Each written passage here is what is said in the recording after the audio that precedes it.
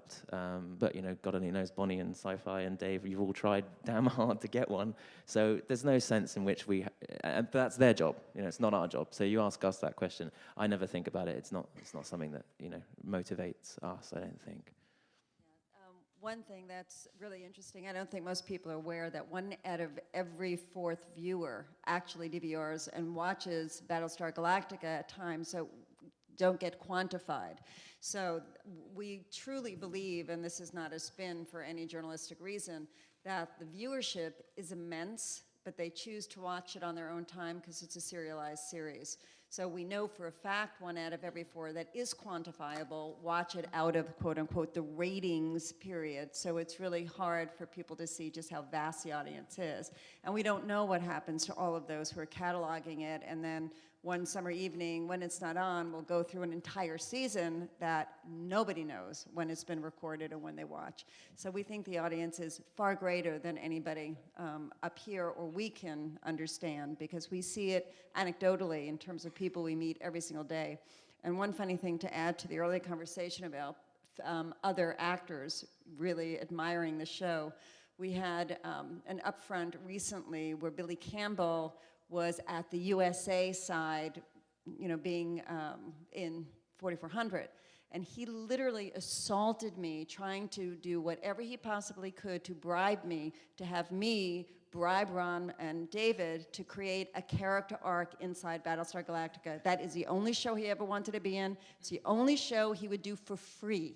Billy Campbell literally saying, give me an arc, any kind of arc in Battlestar Galactica, please. And it was very hard to get away from. And, actually, I think we're trying to figure that out, and the free part was really great. Although I don't know if his agent really liked that part, but we were like, okay, we can do that. I had witnesses too. Yeah. And I think also to Jamie's point, and what we're seeing is the demos are actually also very mixed as well. That there are a lot more women watching the show than you would just think if you were thinking Battlestar Galactica on Sci-Fi, and that I think has been really gratifying too. This is in reaction to what Michael said about his reaction to when he found out he was a Cylon. How would you, Jamie and Aaron, find out? How would you feel if you found out you were the last Cylon? And how did the rest of you?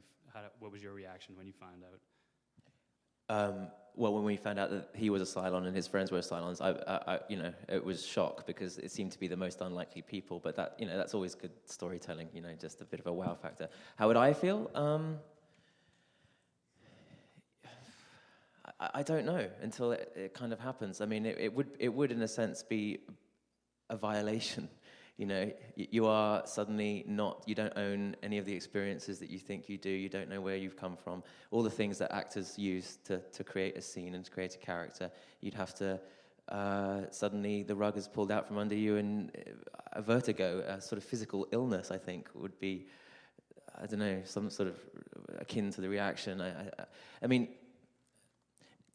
just playing the character that I've played, there's been 2 key moments where Lee has felt that kind of complete negation of self, and one was just because of his marital complications, and one was because he tried to commit suicide at some point in season 2, and those are the moments that I would go closest to that. And he's someone that has an idea of self to such a degree. He believes in himself. He believes that he believes in right and wrong. He believes in conscience. He believes in trying to do the right thing and helping those around him. So I think for a character like Lee to suddenly realize that all his actions have been perverse, in vain, negated, his own rules out the window, I think it would be about as horrendous sort of realization as you could have.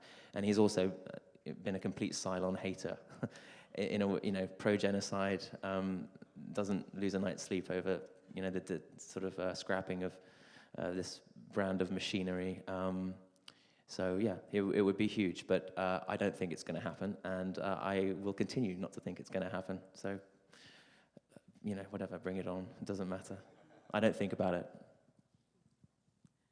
Hi, this is a 2-part question.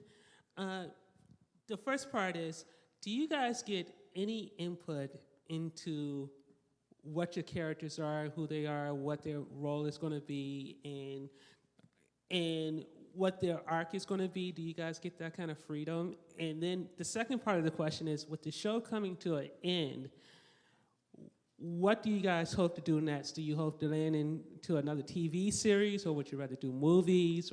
And are you scared for kind of like what the next couple of years are going to bring? I'd like to be the next guest host on The View.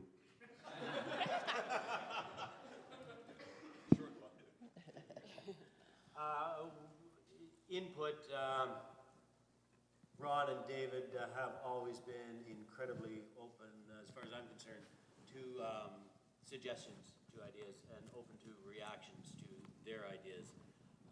And we'll listen if you have an argument, disagree with where they are going. They will explain as much as they can why they're going that way. And if you can't convince them, that you're right, well, they probably go their own way anyway.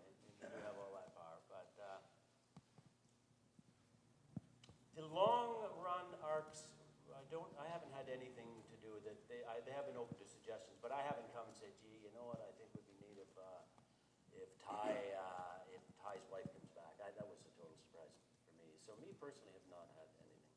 Well, you don't cry like some of the other people do. Yeah, that's right. I don't whine yet.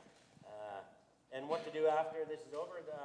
No, I have no thoughts, because there was life before Battlestar Galactica, and there will be life after Battlestar Galactica. It seems like this has been our whole lives, because it has been 4 years now, and I'm sorry to see it go, but we'll just go back to normal. They're doing a remake of Cold Squad, and Michael Hogan and I are hoping to go back to it. Yeah, right. If they'll have us. Yeah, get the right hairpiece. Do they need a producer? I'll just sort of chip in very quickly to that question. I think the tone was set on this show by we didn't do a pilot.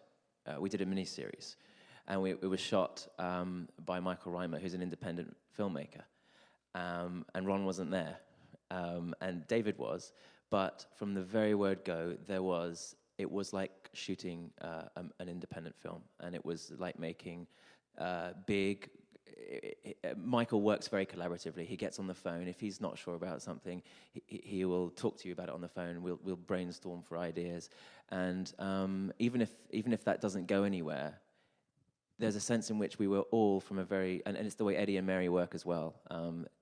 Everyone felt enfranchised, and also Eddie and Mary set the most incredible tone of respecting this particular job in a way that, you know, actors of their stature and their caliber and their stage in their careers could have been taking a paycheck here.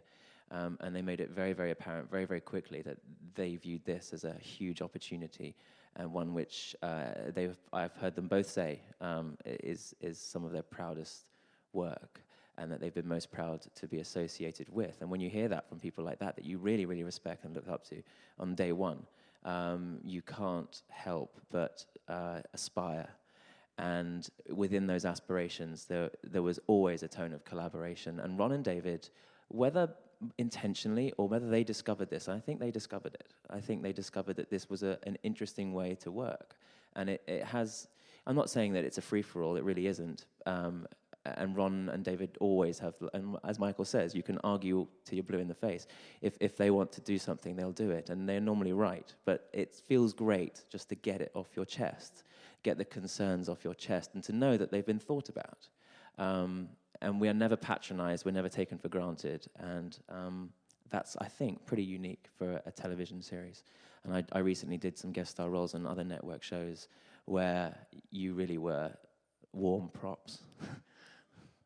And it's really refreshing not to be a warm prop, but to be a valued part of the team, and to know that these characters that we live and breathe every week are respected and are not just tools, entertainment tools. It's been a real education, I think,